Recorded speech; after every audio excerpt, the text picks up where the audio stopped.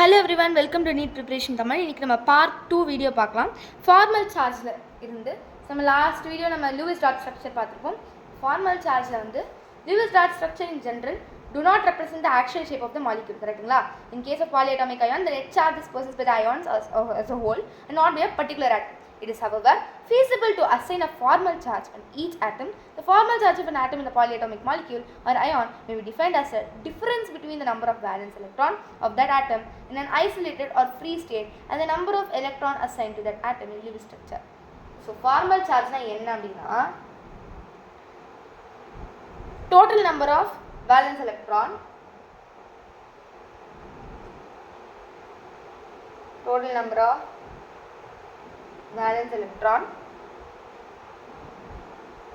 minus total number of non-bonding or total number of lone pair electron minus half of total number of bonding electron or shared electron. Total number of bonding electron. So இந்த செக்ஷன்ல students பண்ற main mistake என்னவா இருக்கும் அப்படின்னா அவங்க வந்து central ஆட்டமை consider பண்ணுறாங்க. சென்ட்ரல் ஆட்டம் இருக்கக்கூடிய சார்ஜ் கன்சிடர் பண்ணாம what they will be doing is சுற்றி இருக்கிற எல்லா டெர்மினல் ஆட்டம்ஸோடைய வேல்யூஸ் வேலன்ஸ் எலக்ட்ரான் பேர் அதெல்லாம் கால்குலேட் பண்ணிடுவாங்க. எப்பவுமே ஞாபகம் வச்சுக்கோங்க, formal charges for central atom. ஓகேங்களா? இந்த ஃபார்முலா இஸ் வெரி இம்பார்ட்டன்ட். இதை வச்சு நிறைய சம்ஸ் வந்து நம்ம சால்வ் பண்ணுவோம். ஓகேங்களா? Whether you take it for NEET or JEE or even for your school CBSE examinations. So formal charge formula வந்து total number of valence electron minus total number of lone pair electron minus half of number of bonding electron. புரிஞ்சுதுங்களா? So அடுத்து the counting is based on the assumption that the atom in the molecule owns an electron of each shared pair of the electrons of a lone pair. Let us consider the ozone molecule. Lewis structure of ozone molecule எப்படி வரையலாம் அப்படின்னு பார்க்கலாம். The atoms have been number 1, 2 and 3 for the formal charges in central. எப்படி calculate பண்ணலாம் அப்படின்னு நம்ம பார்க்கலாம். இப்போ formal charges of O3 எப்படி பண்ணலான்னு சொல்லித்தரேன். ஸோ நம்ம லாஸ்ட் செக்ஷன் நம்ம வந்து லூயிஸ் டாட் ஸ்ட்ரக்சர் பற்றி படிச்சு போல O3 மைனஸ் அப்படின்றது தான் மாலிக்யூல். சரி, நம்ம எப்படி ரெப்ரசென்ட் பண்ணலாம்? ஓ ஓ ஓ எப்படி பண்ணலாம்னு நான் சொல்லியிருப்பேன் இல்லையா? O3னா வந்து 3O போட்டுட்டேன். ஸோ நான் வேலன்ஸ் வந்து 1 2 3 4 5 6 இருக்கணும். ஆக்சிஜனுக்கு அதே மாதிரி இருக்கும் 6 1 2 3 4 5 6. இதில் வந்து ஒரு அயான் எக்ஸ்ட்ரா ஒரு எலக்ட்ரானை ஆட் அப் பண்ணிடணும். அப்போ இங்கே 7 இங்கே 6 6 அப்படின்னு எடுத்துக்கோங்க. ஸோ பேசிக்கலி ஒன்றுத்தை வந்து சென்ட்ரல் ஆட்டம்னு எடுத்துக்கணும். இது நீங்கள் எப்படி ரெப்ரசென்ட் பண்ணணும்னா O2 இப்படி எடுத்துக்கோங்க. இதை சென்ட்ரல் ஆட்டம் எடுத்துக்கோங்க, மீதி எடுத்து எப்படி எடுத்துக்கோங்க. ஸோ இதையும் கேன்சல் பண்ணி +8 ஸ்டேபிள் ஆகிடுச்சு, இங்கே +1. அதே மாதிரி இதையும் கேன்சல் பண்ணி +1 ஆகிடுச்சு, இங்கே +1. இவங்க 8 ஆயிட்டாங்க, இவங்க 8 ஆயிட்டாங்க, பட் இங்கே 7 தான் இருக்காங்க. ஸோ எப்படி ரெப்ரசென்ட் பண்ணலாம்? ஓ எவ்வளோ பாண்டு? இதுதான் சென்ட்ரல் ஆட்டம். ஸோ இவங்களுக்கு ஒரு பாண்டு வித் அனதர் ஓ. இன்னொரு இந்த இதுக்கு எடுத்து பார்த்தீங்கன்னா பாண்டே இருக்காது. So I will do like ஒரு 3 ஆக்சிஜன் இருக்கும். சரிங்களா? 3 நான் இப்படி ரெப்ரசென்ட் பண்ணிக்கலாமா? 1 2 3. ஸோ எவ்வளோ கேன்சல் பண்ணியிருக்கோம்? 1 கேன்சல் பண்ணியிருக்கோம், அப்போ ஒரு பாண்டு. இங்கே நான் என்ன பண்ணியிருக்கேன்? 2 கேன்சல் பண்ணியிருக்கேன். ஸோ இங்கே 2 பாண்டு. இங்கே எவ்வளோ கேன்சல் பண்ணியிருக்கோம்? இங்கே நான் வந்து 1 கேன்சல் பண்ணியிருக்கேன். பட் ஆனால் இவங்க நம்ம பாண்டை நம்ம ரெப்ரசென்ட் பண்ண மாட்டோம். ஏன்னா இவங்க 2 பேருக்குள்ள பாண்டே இல்லை அப்படின்றதுனால. ஸோ 1 2 3 இப்படி ரெப்ரசென்ட் பண்ணணும். கரெக்டாக? இல்லை நீங்கள் சிம்பிளாக இந்த மாதிரி வேணால் ரெப்ரசென்ட் பண்ணிக்கலாம். ஓகேங்களா? ஸோ இதில் ஃபார்மல் சார்ஜஸ் கண்டுபிடிக்கலாம். ஃபார்மல் சார்ஜ் ஃபார்முலா என்னது? வேலன்ஸ் எலக்ட்ரான் எவ்வளோ இருக்குது? இதில் பாருங்கள், ஆக்சிஜனோட valence electron 6 valence electron minus bonded electron எவ்வளோ? பாண்டட் எலக்ட்ரான்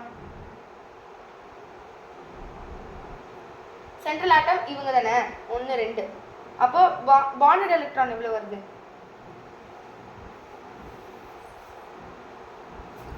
லோன் பேர் எவ்வளோ இருக்குது? 2 இருக்குது. Lone pair 2 minus half of bonded electron எவ்வளோ இருக்குது? 1 2 3 4 5 6 இருக்குது. 6 into 6 is equals to what? Cancel 3 minus இந்த 6 5 minus 6 minus 5 is equals to 1. Answer is 1. This is how we have to do. And formal சார்ஜோட represent பண்ணும்போது இங்கே plus இங்கே minus இப்படின்ற மாதிரி நீங்கள் ரெப்ரசென்ட் பண்ணுவீங்களா? So formal charges concept clear ஆகிடுச்சா? ஃபார்முலா வச்சு நீங்கள் ஜஸ்ட் சப்ஸ்டியூட் பண்ணி ஆன்சர் கண்டுபிடிக்க வேண்டியது தான். We must understand that formal charges do not indicate the real charge separation within the molecule. Indicating the charges on the atoms in Lewis structure only helps in keeping the track of the valence electron in the molecule. Formal charges help in selection of the lowest energy structure from a number of the possible Lewis structure for a given species. Generally, the lowest energy structure is the one with the smallest formal charges on the atom. Formal charge is a factor based on a pure covalent view of bonding in which electron pairs are shared equally by the neighboring atom. ஓகேங்களா, இது வந்து pure கோவேலன்ட் பாண்டை base பண்ணுது. என்னது? Formal charge. இது வந்து pure கோவேலன்ட் பாண்டை base பண்ணுது. Generally lowest electron இருக்குன்னு வச்சுக்கோங்களேன். லோவஸ்ட் எனர்ஜி இருக்கிறவங்களுக்கு தான் வந்து ஸ்மாலஸ்ட் ஃபார்மல் சார்ஜ் வந்து இருக்கும். ஸ்மாலஸ்ட் ஃபார்மல் சார்ஜ் வந்து இருக்கும். லோவஸ்ட் எனர்ஜி இருக்கிறவங்களுக்கு தான் ஸ்மாலஸ்ட் ஃபார்மல் சார்ஜ் வந்து இருக்கும். ஸோ நான் என்ன பண்ணுறேன், இந்த ஃபார்மல் சார்ஜ் எதுக்கு யூஸ் ஆகுது? லோவஸ்ட் எனர்ஜி ஆட்டமை வந்து ஸ்ட்ரக்சர் வந்து கண்டுபிடிக்கிறதுக்கு. ஸோ இதுதான் ஃபார்மல் சார்ஜ். ஃபார்மல் சார்ஜோட ஃபார்மல் சார்ஜில் ஃபுல்லாக என்சைட்லேயே என்ன கொடுத்துருப்பாங்க? ஃபஸ்ட்டு ஃபார்மல் சார்ஜோட ஃபார்முலா மெமரைஸ் பண்ணிங்களா? ஒரு ஸ்ட்ரக்சர் O3 ஸ்ட்ரக்சரை வச்சு ஃபார்மல் சார்ஜ் எப்படி சப்ஸ்டியூட் பண்ணி ஆன்சர் கண்டுபிடிக்கிறதுன்னு கொடுத்துருப்பாங்க. மூணாவது அதை இண்டிகேட் பண்ணுற விதம் ப்ளஸ் அண்ட் மைனஸ் சைன் சார்ஜை போட்டு இண்டிகேட் பண்ணியிருப்பாங்க. அடுத்தது ஃபார்முலா சார்ஜ் எதுக்கு நம்ம யூஸ் பண்ணுறோம் அப்படின்னா லோவஸ்ட் எனர்ஜியை கண்டுபிடிக்கிறதுக்கு, லோவஸ்ட் எனர்ஜி ஸ்ட்ரக்சரை கண்டுபிடிக்கிறதுக்கு. லோவஸ்ட் எனர்ஜி ஸ்ட்ரக்சர் எப்படி கண்டுபிடிப்போம் அப்படின்னா it will have the smallest formal charge. Formal charge ரொம்பவே குட்டியாக இருக்கிற ஸ்ட்ரக்சர் தான் லோவஸ்ட் எனர்ஜி ஸ்ட்ரக்சர்னு சொல்லுவாங்க. And it is purely a covalent bond structure. ஓகேங்களா, இவ்வளோ தான் ஃபார்மல் சார்ஜ் எக்ஸாக்ட்ல. அடுத்தது நம்ம limitations of the octet rule பார்க்கலாம். Octet rule, though useful, is not universal. Even though octet rule வந்து நமக்கு ரொம்பவே யூஸ்ஃபுல்லாக இருந்தாலுமே it is not universal. It is quite useful for understanding the structures of the most organic compounds and applies mainly to the second period elements in the periodic table. These are 3 types of exception of the octet rule. Octet rule exceptions பார்த்தலாமா? Exception of octet rule. First point, incomplete octet of central atom. Incomplete octet of central atom. So in some compounds, the number of electrons surrounding the central atom is less than 8. This is especially the case with elements having less than 4 valence electrons. For example, lithium chloride, beryllium hydroxide, hydrogen and barium chloride. So இவங்கெல்லாம் பார்த்தீங்கன்னா less than 4 electrons இருக்கிறதுனால உங்களோட வேலன்ஸே 1, 2 and 3 electrons தான் இருக்கும். So இந்த மாதிரியான compounds எல்லாம் incomplete octet. Instead, they will have duplicate or some other group. Odd electron molecules is other exception. Odd electron molecules another exception. So in molecules with the odd number of electron like nitric oxide NO, nitrogen dioxide NO2, the octet rule is not satisfied with the atom. So in the odd electron molecule, the octet rule is not satisfied. So இதுக்கான example வந்து நீங்கள் NO எடுத்துக்கலாம். இந்த மாதிரி வரும். இவங்களுக்கு என்ன இருக்கு? odd number of electrons இருக்குங்களா? odd number of electrons இருக்கும்போது octet rule will not be satisfied. அடுத்து மூணாவது expanded octet. It is expanded octet. இதை பற்றி பார்த்துடலாமா? Elements in and beyond the third period of the periodic table have apart from 3s and 3p orbitals. 3 orbitals also available for the bonding. In number of compounds of these elements, there are more than 8 valence electrons in around the central atom. This is termed as the expanded octet. Obviously, the octet rule does not apply in such case. Some of the examples of such compound are PF5 and SF6, H2SO4 are the number of coordination compounds. So in expanded octet நான் போன section உங்களுக்கு Lewis ஸ்ட்ரக்சர்லேயே சொல்லியிருப்பேன். Phosphorus and சல்ஃபருக்கு மட்டும் expanded octet அதாவது 12 electrons வரைக்கும் fill பண்ணுற அளவுக்கு capacity இருக்குது. ஸோ இந்த மாதிரியான அதாவது beyond third group in your periodic table எல்லா எலிமெண்ட்ஸ்க்குமே இந்த மாதிரி நிறைய எலிமெண்ட்ஸ்க்குமே இந்த மாதிரி எக்ஸ்பேண்டட் ஆக்டேட் இருக்குது. இங்கெல்லாம் ஆப்வியஸாக ஆக்டேட் ரூலாக அப்ளை பண்ண முடியாது. இதான் 3 லிமிடேஷன் வந்து ஆக்டேட் ரூல். வெரி சிம்பிளாக நான் உங்களுக்கு எக்ஸ்பிளைன் பண்ணிட்டேன், குறுக்கி கொடுத்துருக்கேன். அந்த என்சிஆர்டி லைன்ஸை ரொம்ப ஷார்ட்டாக இந்த 3 பாயிண்ட் உங்கள் எக்ஸாம்பிளாக what are the exceptions of octet rule கேட்டால் இந்த 3 பாயிண்ட் எழுதி எக்ஸ்பிளைன் பண்ணிடுங்க. அவ்வளோதான். ஃபர்ஸ்ட் பாயிண்ட் என்னது? Incomplete octet rule of octet of central atom. Central ஆட்டம்க்கு வந்து 8 எலக்ட்ரான்ஸ் விட கம்மியாக இருக்கும். அந்த மாதிரியான கேசஸ் லைக் லித்தியம், குளோரைடு அந்த மாதிரி வந்து சென்ட்ரல் ஆட்டம்க்கு வந்து ஆக்டேட் நம்பரை விட கம்மியான எலக்ட்ரான்ஸ் இருக்கனால incomplete octet of central atom. ரெண்டாவது point odd electron molecules. Odd electron molecule like nitrogen இந்த மாதிரியான இடத்துல octet will not be obtained. Odd electron molecule. மூணாவது எக்ஸ்பேண்டட் ஆக்டேட். இப்போ பாஸ்பரஸ் அண்ட் சல்ஃபர் மாதிரி பியாண்ட் தேர்ட் குரூப்ல நிறைய இதுக்கு வந்து 12 எலக்ட்ரான்ஸ் வரைக்கும் ஃபில் பண்ற அளவுக்கு இருக்கும். இங்கெல்லாம் ஆப்வியஸா octet will not be obtained. So expanded octet. So what are the exceptions of octet rule? Incomplete octet of Ca, that is central atom, odd electron molecules, third is expanded or octet. ஓகேங்களா, புரிஞ்சிருக்கும்னு நினைக்கிறேன். So interestingly sulfur also forms many compounds and octet rule is obeyed also. Sulphate அப்படின்றது ஒரு எக்ஸெப்ஷனாக இருந்தாலும் ஒரு சில கேசஸில் எக்ஸெப்ஷன்ஸ்குள்ளேயே exceptions என்னன்னா they will also obey. They will also obey. For example எதில் obey பண்ணும் அப்படின்னா sulfur dioxide. Sulfur dioxide it will obey the octet rule. இவங்க octet rule obey பண்ணுவாங்க sulfur dioxide. Another drawbacks of octet theory. Octet theory இன்னொரு drawbacks பார்க்கலாமா? It is clearly that the octet rule is based upon the chemical inertness of the noble gases. However, some noble gases, for example xenon and krypton, also come in the oxygen and fluorine form the number of compounds. This theory does not account for the shape of molecule. In the theory, shape of molecule account பண்ணல, not account shape of molecule. Shape of molecule account பண்ணல. And the point. This it did not explain the related stability of the molecule being totally silent about the energy of the molecule. Did not explain stability. போதும், இது அவ்வளோ பெருசாக படிக்க வேணாம். Did not explain stability ன்னு போட்டுருங்க, அவ்வளோதான். Stability.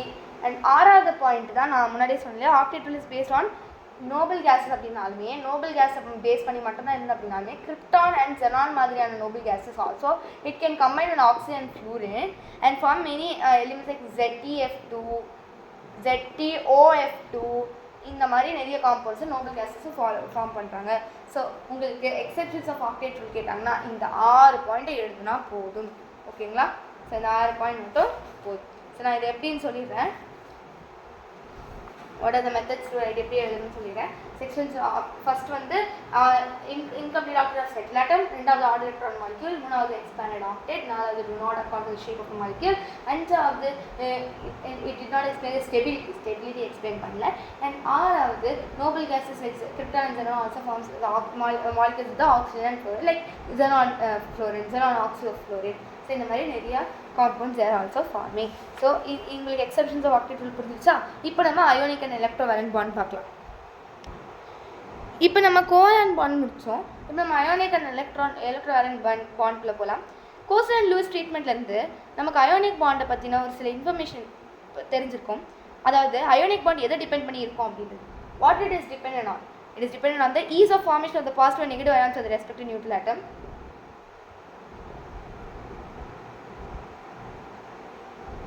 Ease of formation of positive and negative ion. Ease of formation of positive and negative ion with respect to neutral atom.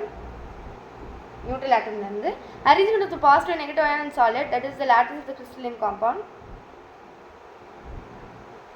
Arrangement of positive and negative ion in solid, that is lattice of crystalline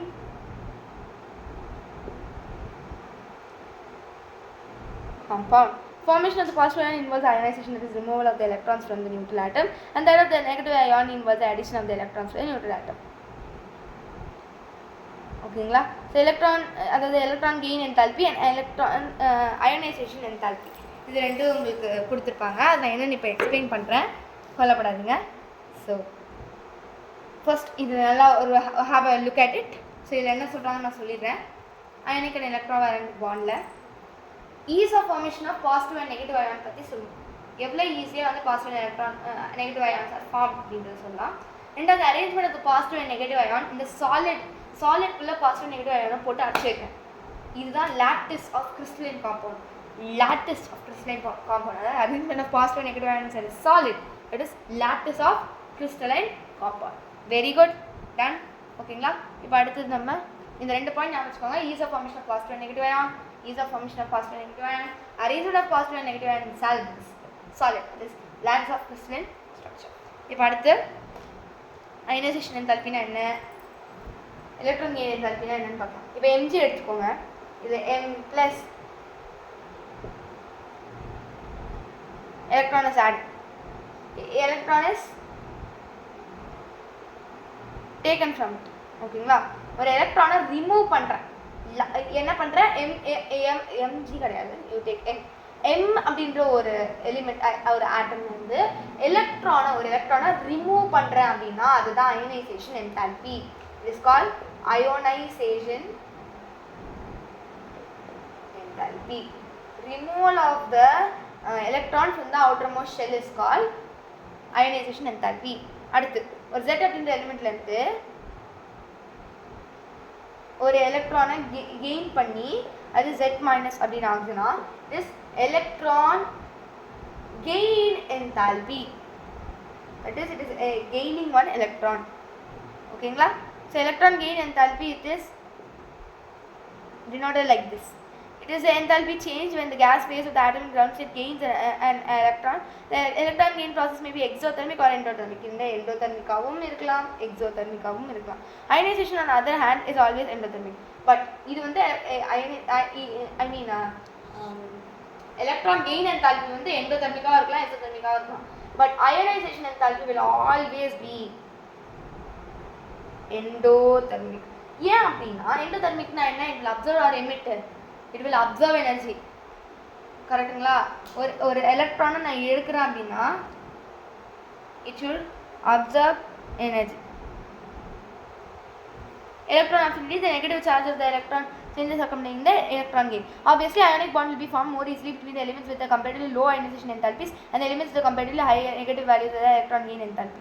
Most ionic compounds have cations related to the metallic element and anions to non-metallic element. The ammonium made up of two metallic elements is exception. It is formed a cation of number of ionic compounds. Ionic compounds in crystalline state consist of only orderly three-dimensional arrangement of the cation and anion held together by the Coulombic interaction energies. These compounds crystalline in different crystal structure determined by the size of the ions, the packaging arrangement and other factors. The crystal structure of the sodium chloride NaCl rocks are, for example, as shown below. இவங்க வந்து crystal 3D ஸ்ட்ரக்சர்ஸ்லாம் form பண்ணுவாங்க. ஓகேங்களா? So in ionic solids, the sum of the electron gain enthalpy and ionization enthalpy may be positive, but still the crystal structure gets stabilized with the energy released in the formation of crystal lattice. இவங்க என்ன பண்ணுவாங்க? எனர்ஜியை release பண்ணுவாங்க. For example ionization enthalpy formation, while the electron gain enthalpy only. The sum of two is more than compensated for the enthalpy of lattice formation. So therefore, the energy release is a process is more than energy absorbed. Energy release அப்படின்றது energy absorbed விட அதிகமாக இருக்கும். Thus, a qualitative measure of stability of an ionic compound is provided by its enthalpy of lattice formation, not simply by achieving the octet of the electron again around the ionic species in gaseous state. Since lattice enthalpy plays a key role in the formation of ionic compounds, it is important that we learn more about it. First, இந்த திங்கில் வந்து நான் இங்கிலீஷில் இப்போ நான் உங்களுக்கு வந்து ionisation enthalpy, electron gain என்தால்பினா ஒரு basic knowledge கொடுத்துருப்பேன். இப்போ நம்ம டெப்த்தாக போனோம்னா என்ன சொல்லியிருப்பாங்க அப்படின்னா, our ionic bond will easily between the electrons comparatively low ionization enthalpy. So ionization enthalpy கம்மியாக இருக்குது அப்படின்னா அங்கே அயானிக் பாண்ட் அதிகமாக இருக்குது. Elements with the comparatively high negative value of the electron gain enthalpy லியும் அயானிக் பாண்ட் அதிகமாக இருக்கும். Ionic bond எங்கே அதிகமாக இருக்கும்? High electron gain enthalpy. So ionic bond வந்து low ionisation enthalpy electron affinity அதிகமாக இருக்குன்னு அர்த்தம். இது ரெண்டு கேசஸுமே என்னவா இருக்குது? எலக்ட்ரான் அஃபினிட்டினா எலக்ட்ரான் மேலே இருக்கக்கூடிய ஒரு லவ், எலக்ட்ரான் மேலே இருக்கக்கூடிய ஒரு பற்று, அதாவது எலக்ட்ரான் தனக்கு ரொம்ப பிடிக்கும் அப்படின்னா தான் எலக்ட்ரான் அஃபினிட்டி. அதாவது பிடிக்கும்னா எலக்ட்ரானை விட்டுருவாங்களா? விட மாட்டாங்க. அப்போ அயனைசேஷன் என்தால்பி கம்மியாக இருக்கும். அவங்க எலக்ட்ரான் எடுத்துகிட்டு போக விடவே மாட்டாங்க. எலக்ட்ரான் அஃபினிட்டி அதிகமாக இருந்ததுன்னா எலக்ட்ரான் கெயின் என்தால்பி கூட அதிகமாக இருக்கும். ஸோ இந்த எலக்ட்ரான் அஃபினிட்டி அதிகமாக இருக்கும்போது ionic bond will be more. ஓகேங்களா? அப்போ அவங்க கொடுத்துட மாட்டாங்க, ஷேர் பண்ணாமல் என்ன பண்ணுவாங்க? ட்ரான்ஸ்ஃபர் பண்ணுவாங்க. ஷேர் பண்ணாமல் they will transfer. Electron affinity அதிகமாக இருக்கிறதுனால ionic bonds will also be more. Electron affinity அதிகமாக இருந்தால் ionic bond will also be more. ஓகேங்களா? புரிஞ்சுதா? இப்போ அடுத்து have a look at it.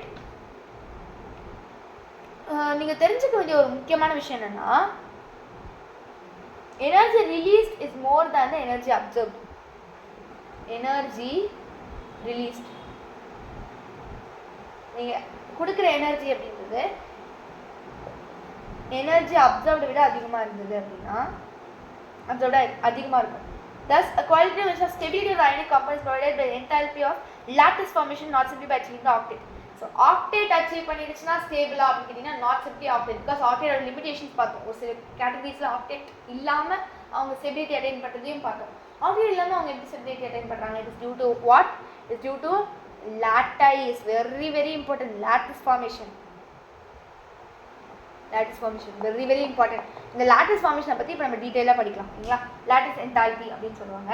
So lattice enthalpy in ionic solid is defined as energy required to completely separate 1 mole of solid ionic component into gaseous constituent ion. For example, the lattice enthalpy of NaCl is 788 kilojoule per mole. This means 788 kilojoule of energy is required to separate 1 mole of solid. அவ்வளோ energy இருந்தால் தான் ஒரு mole of solid NaCl வந்து ஒரு mole of Na plus and ஒரு mole of Cl minus அப்படின்னு separate பண்ண முடியும் to an infinity step. The process involves both the attractive forces between the ions and opposite sides of the repulsive forces between the ions like such. The solid crystal, being 3-dimensional, it's not possible to calculate the lattice enthalpy directly in the interaction of the force of attraction and repulsion only. Factors associated with the crystal geometry have to be included. Just so இப்போ lattice formation என்ன அப்படின்னா it is known as energy required to completely separate. Energy required to completely separate 1 mole of solid ionic compound into gaseous constituent ions. ஓகேங்களா? So for example NaCl ஒரு மாலிகுலை பிரிக்கிறதுக்கு 788 kilojoule per mole தேவைப்படும் அப்படின்னா 788 kilojoule per mole தேவைப்படும் அப்படின்னா இது வந்து Na plus Cl minus separate பண்ணுறதுக்கு 788 kilojoule of energy தேவைப்படும் அப்படின்றது அர்த்தம். புரியுதுங்களா? இதுக்கு அட்ராக்ஷன் அண்ட் ரிப்பல்சிவ் ஃபோர்ஸஸ் மட்டும்தான் இதை டிட்டர்மைன் பண்ணுறதுக்கு முக்கியமா அப்படின்னு கேட்டிங்கன்னா இல்லை. இது இல்லாமல் one more thing is also very important, that is crystal geometry. இது ஒரு factor. It is what? Crystal geometry. ஓகேங்களா? So have a note on this. ஒரு பார்த்துக்கோங்க அப்படியே ஒரு கிளிம்ஸ் மாதிரி. So I will recap it also. Electron affinity அதிகமாக இருக்கும் எப்போ அயனைசேஷன் என்தால்பி கம்மியாகவும் எலக்ட்ரான் கெயின் என்தால்பி அதிகமாக இருக்கும்போது இந்த டைமில் ionic bond will be more. ஓகேங்களா? ஸோ எப்போயுமே வந்து இவங்களுக்கு வந்து எப்படி ஆக்டேட் ரூல் மட்டும்தான் முக்கியமா அப்படின்னு கேட்டிங்கன்னா இல்லை. ஸ்டெபிலிட்டி இருக்க lattice formation is also very important. So இவங்க லாட்டிஸ் ஃபார்மேஷன் என்னது? Energy required to separate the 1 mole of solid ionic compound into constituents of gaseous ionic energy. ஓகேவா? So energy released is more then energy absorbed. So இது வந்து attractive bond. ஓகேங்களா? Attractive bond and repulsive bond மட்டும் lattice ஃபார்மேஷனோட இதுக்கு வந்து important கிடையாது. It is crystal geometry is also very important for lattice formation. Lattice ஃபார்மேஷனுக்கு கிறிஸ்டல் ஜியாமெட்ரியும் ரொம்ப முக்கியம். வாட்? Crystal geometry. ஓகேங்களா? இப்போ அடுத்தது லாட்டிஸ் என்தால்பி முடிச்சாச்சு. இப்போ நம்ம பாண்ட் பெராமீட்டர்ஸ் ஒன்றா பார்க்கலாம். ஃபர்ஸ்ட் பாண்ட் பெராமீட்டர்ஸ் என்னென்னு ஒன்றா பார்க்கலாம். ஃபர்ஸ்ட் நம்ம பார்க்க போற bond parameter is bond length. இந்த பெராமீட்டர் ஃபர்ஸ்ட் பார்த்துடலாம்.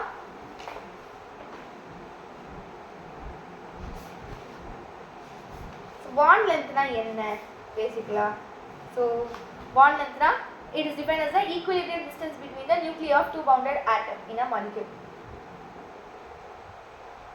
Equilibrium distance between nuclei of two bounded atoms in Q. bond lengths are measured by spectroscopy. bond length எப்படி measure பண்ணுவோம் அப்படின்னா spectroscopy method யூஸ் பண்ணி measure பண்ணுவோம். இல்ல x-ray diffraction, இல்ல electron diffraction, இந்த மாதிரியான டெக்னிக்ஸ் யூஸ் பண்ணி தான் bond length measure பண்ணுவோம். இத பத்தி நீங்க ஹையர் கிளாसेसல படிப்பீங்க. each atom of the bonded pair contribute to the bond length. ஒரு bonded pairமே bonded length க்கு வந்து contribute பண்ணும். In the case of covalent bond, the contributions from each atom is the covalent radius. covalent bond ல வந்து covalent radius is very important. covalent bond ஓகேங்களா? covalent radius is a measure approximately of the radius of the atom's core which is in contact with the core of an adjacent atom. The covalent radius is half the distance of the two similar atoms joining the covalent bond in the same molecule. The van der Waals radius represents the overall size of the atom, which includes the valence shell in the non-bonded situation. Further, the van der Waals radius is half the distance between two similar atoms separate molecules in solid. Covalent van der Waals radius is fluorescent. So, this is எப்படின்னு சொல்லிடுறேன். bond lengthல covalent radius அப்படின்றது is measured as the radius, approximate radius of the atom's core to the adjacent atom. Atom's core adjacent atom. இப்போ நான் எப்படி பண்ணலாம்? covalent bond, metallic bond அதெல்லாம் பார்க்கலாமா? First இப்படி இப்படி அப்புறம் இப்படி இருக்குமா? இது மெட்டாலிக் bond. இதுல நீங்க நார்மல் bond என்னது? equilibrium distance between two nuclei of two bounded atom in a molecule. இது divided by இதனுடைய half distance. இப்போ இதுல இருந்து இது வரைக்கும் எடுத்துக்கோங்க. சரிங்களா? இதோட distance. அப்புறம் இதனுடைய நியூக்ளியஸ் plus adjacent நியூக்ளியஸ்ல இருந்து எடுத்துக்கிற distance. இதுதான் van der Waals. இது van der Waals. ஓகேங்களா? So covalent radius is measured approximately as the radius of the atom's core which is in contact with the core of the adjacent atom in bounded situation. Bounded situation la core of the one atom, distance between the core of the one atom and the core of the other adjacent atom நடுவுல இருக்கக்கூடிய அந்த distance தான் வந்து covalent radius அப்படினு சொல்லுவோம். இதோட half distance எடுத்துக்கணும். அதே மாதிரி van der Waals radius represents overall size of the atom which includes the valence shell in the non-bonded situation. Non-bonded situation the overall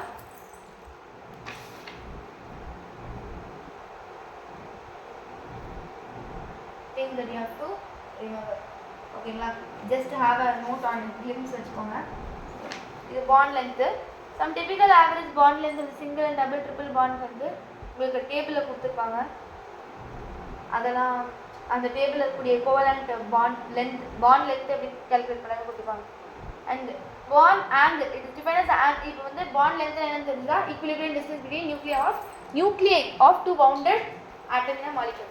ரெண்டு bounded atom of a molecule நடுவுல இருக்கக்கூடிய அந்த distance தான் வந்து equilibrium distance தான் வந்து bond length அப்படினு சொல்லுவாங்க. இது வந்து spectroscopy, X-ray diffraction, electron diffraction method use பண்ணி கண்டுபிடிக்கலாம்.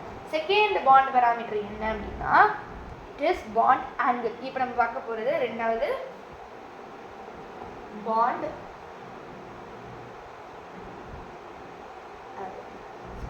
angle ல பாத்தீங்கன்னா உங்களுக்கு it is defined as the angle between the orbitals containing bonding electron pair around the central atom.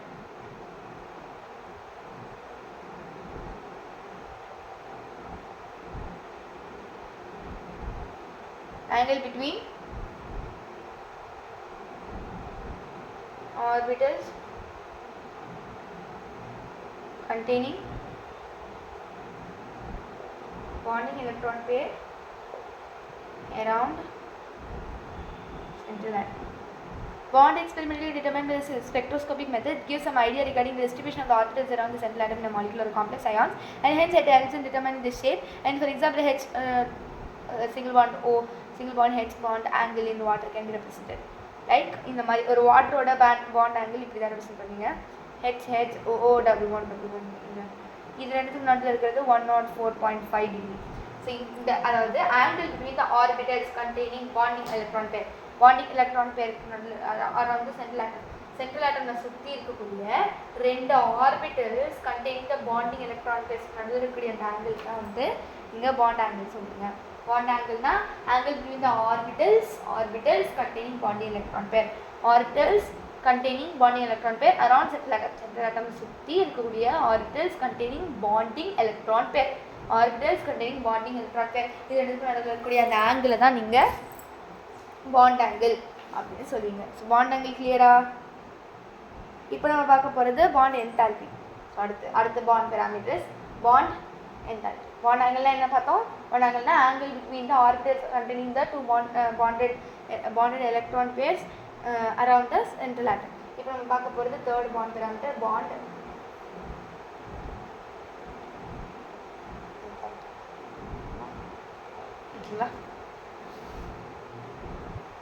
So it is defined as the amount of energy required to break one mole of bond of particular type between the two atoms in gaseous state.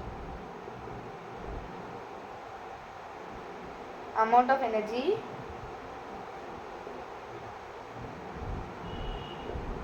required to break one mole of bond of particular type between two atoms in gaseous state. ஓகேங்களா? So இதோட unit வந்து kg per mole. Okay, for example HH bond enthalpy hydrogen is 438.8 kilojoule per mole. So similarly the bond enthalpy of the molecules containing multiple bond O2 and N2 will be as under. So it is important that larger the bond dissociation enthalpy, stronger will be the bond in the molecule. For heteronuclear diatomic molecule, in case polyatomic molecule, the measurement of the bond strength is more complicated. For example, H2O, the molecule enthalpy needed to break to OH minus ion is not the same, because H2O it will break, and the difference in the delta H value shows that the second OH bond undergoes some change because of changed chemical environment. This is the reason for the difference in the energy of the same OH bond in different molecule like C2H5OH, ethanol and water. Therefore in polyatomic molecule the term mean or average bond enthalpy is used. It is obtained by dividing the total bond dissociation enthalpy by the number of bonds broken. So வந்து bond enthalpy என்ன சொல்லியிருப்பாங்க அப்படின்னா, bond enthalpy என்ன, amount of energy required to break one mole of bond of particular between two atom in gaseous state. gaseous stateல இருக்கக்கூடிய ரெண்டு ஆட்டமுக்கு நடுவில் இருக்கக்கூடிய பாண்டை break பண்ணுறதுக்கான தேவைப்படுற ஒரு மோல் ஆஃப் பாண்டை பிரேக் பண்ணுறதுக்கு தேவைப்படுற எனர்ஜி தான் பாண்ட் என்தால்பின்னு சொல்லுவோம். பாண்ட் என்தால்பினா என்னென்னு கிளியராக புரிஞ்சுதா? Bond enthalpy it is defined as the amount of energy required to break the one mole of bond of particular type of between the two atoms in the gaseous state. kg per mole அப்படின்னு சொல்லி போடலாம். ஓகேங்களா? So இதில் வந்து என்ன கொடுத்துருக்காங்க அப்படின்னா, larger the bond dissociation enthalpy, அதாவது bond enthalpy, stronger will be the bond. So நிறைய பாண்ட் என்தால்பி தேவைப்பட்டுச்சு அப்படின்னா அந்த பாண்ட் எவ்வளோ ஸ்ட்ராங்காக இருக்குன்னு யோசிச்சு பாருங்கள். அப்போது நிறைய பாண்ட் என்தால்பி இருந்ததுன்னா ஸ்ட்ராங்காக இருக்கும். Bond enthalpy is directly proportional to strength of bond. Directly proportional to strength of bond. புரிஞ்சுதுங்களா பாண்ட் என்தால்பி பற்றி? இப்போது ஒரு இம்பார்ட்டன்ட் கொஸ்டின் உங்கள் ஸ்கூல் எக்ஸாம்ஸில் கேட்கலாம். என்னென்னா, ஒரு ஒரு H2O மாலிக்யூல் எடுத்துக்கோங்க.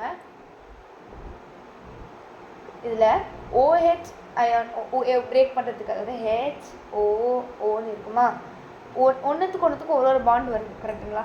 சரினா ஒன்றுத்துக்கு நீங்கள் பிரேக் பண்ணுறதுக்கு 502 கிலோஜூல் பர் மோல் இதை பிரேக் பண்ணுறதுக்கு, இதை பிரேக் பண்ணுறதுக்கு 427 எடுக்குது. எப்படி?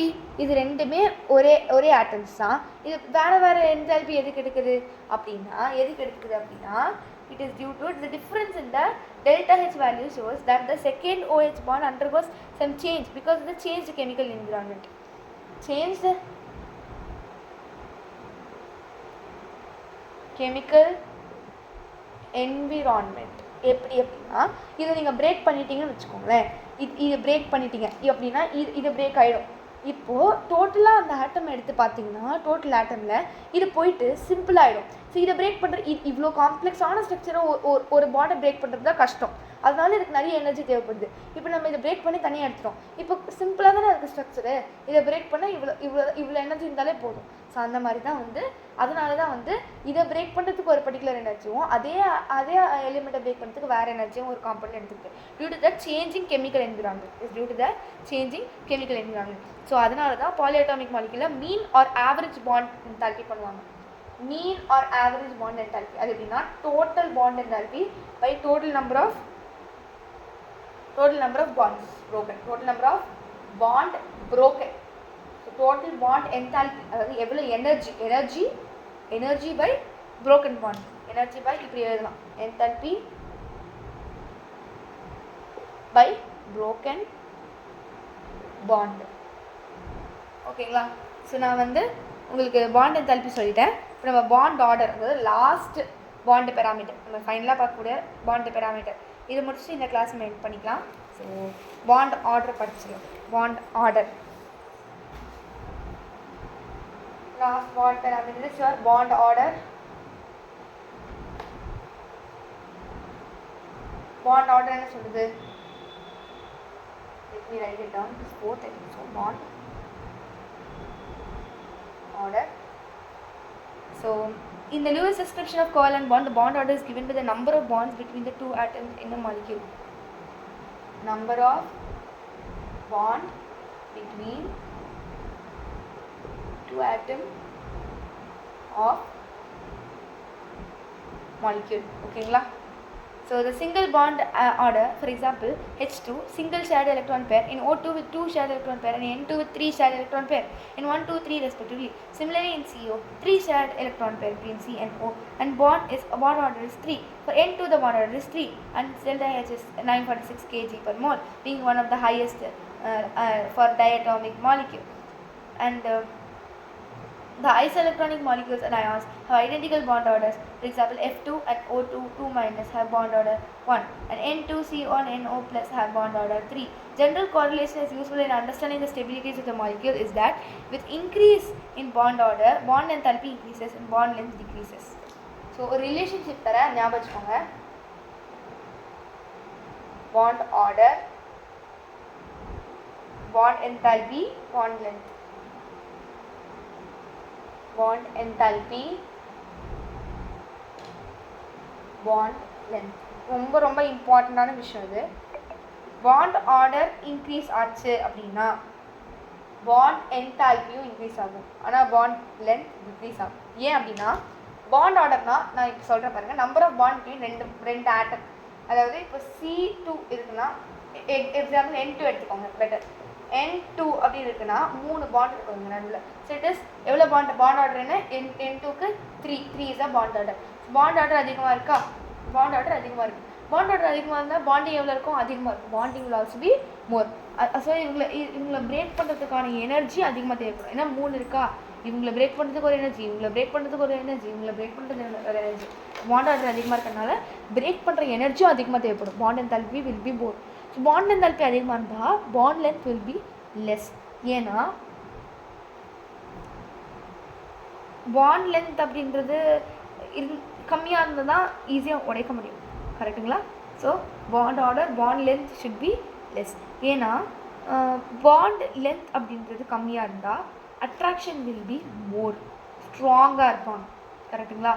பாண்ட் லென்த் கம்மியாக இருக்கிறதுனால attraction force will be more.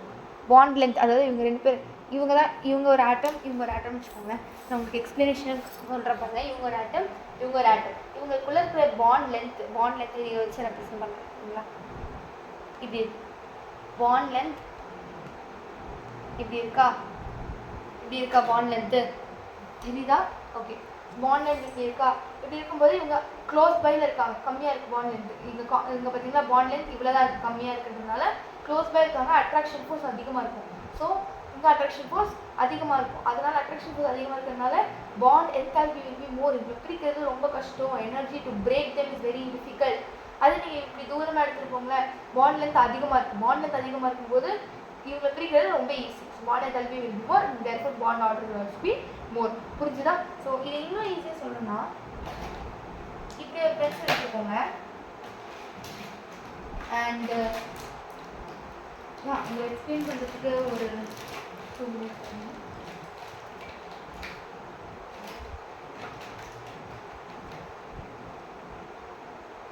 Fine. So I am back now. So இதை எடுத்துக்கோங்க. இது when compared to these 2 pencils, இந்த yellow color it is big. ஓகேங்களா? இந்த பென்சிலோட பாண்ட் லென்த் அதிகமாக இருக்குது. பாண்ட் லென்த் அதிகமாக இருக்குது. ஸோ இதை பிரேக் பண்ணுறதுக்கான எனர்ஜி எனக்கு எவ்வளோ இருக்கும்? கம்மியாக இருக்கும். பாண்ட் லென்த் அதிகமாக இருக்கிறதுனால இதை ஈஸியாக பிரேக் பண்ணிடலாம். பிரேக் பண்ணுறது easy. Bond length LP will be less for in this case. ஓகேங்களா? and bond order will be more. and similarly இப்போ இந்த பென்சில் இந்த பென்சில் ஆனால் இந்த பென்சில் எடுத்து பாருங்களேன், ரொம்ப கம்மியாக இருக்குது. Bond length is very low. Bond length is low. Bond length கம்மியாக இருக்குது. Bond enthalpy therefore will be very high. Bond enthalpy ரொம்ப அதிகமாக இருக்கும். ஏன்னா energy required to break this pencil it is nearly impossible. இதை பிரேக் பண்ணவே முடியல. இந்த பென்சிலை என்னால் பிரேக் பண்ணவே முடியல. ஏன் அப்படின்னா இதுக்கான பாண்ட் லென்த் ரொம்ப கம்மியாக இருக்குது. புரிஞ்சுதா concept? Yeah, this is what is bond order is. இந்த கார்லேஷன் புரிஞ்சுக்கிட்டீங்களா? ஸோ இது தெரிஞ்சிருக்கோம். இப்போ அடுத்தது isoelectronic molecules and ions have identical bond order. இது ஒரு பாயிண்ட். ஓகேங்களா? என்ன பாயிண்ட்டு? ஐசோ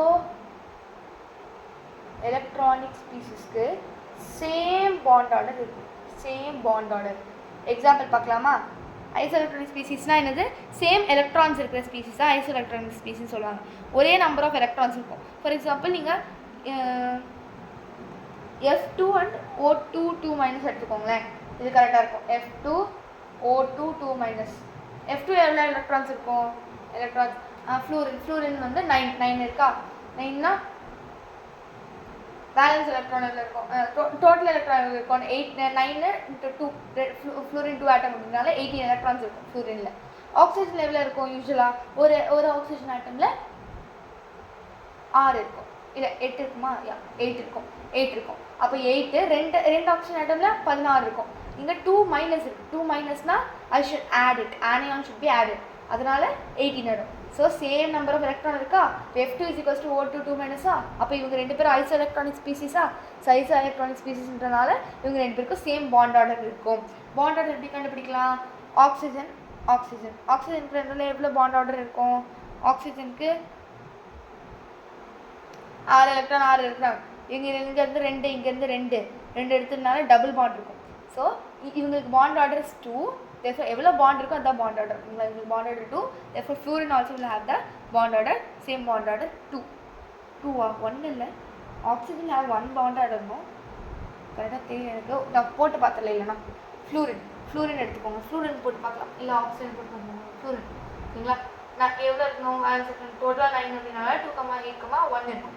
எங்களுக்கு 1 இருக்கும், எங்களுக்கு 1 இருக்கும். So 1 single bond. ஓகே, 2 கிடையாது. எங்களுக்கு 2 bond order. Bond order will be 1. அதனால வந்து சேம் ஃப்ளூரினுக்கும் ஒரு பாண்ட் ஆர்டர் தான் இருக்கும், ஆக்சிஜனுக்கும் 1 பாண்ட் ஆர்டர் தான் இருக்கும். So iso electronic species same bond order. So இதோட இந்த கிளாஸ் முடியுது. தேங்க்யூ. அடுத்த கிளாஸில் பார்க்கலாம்.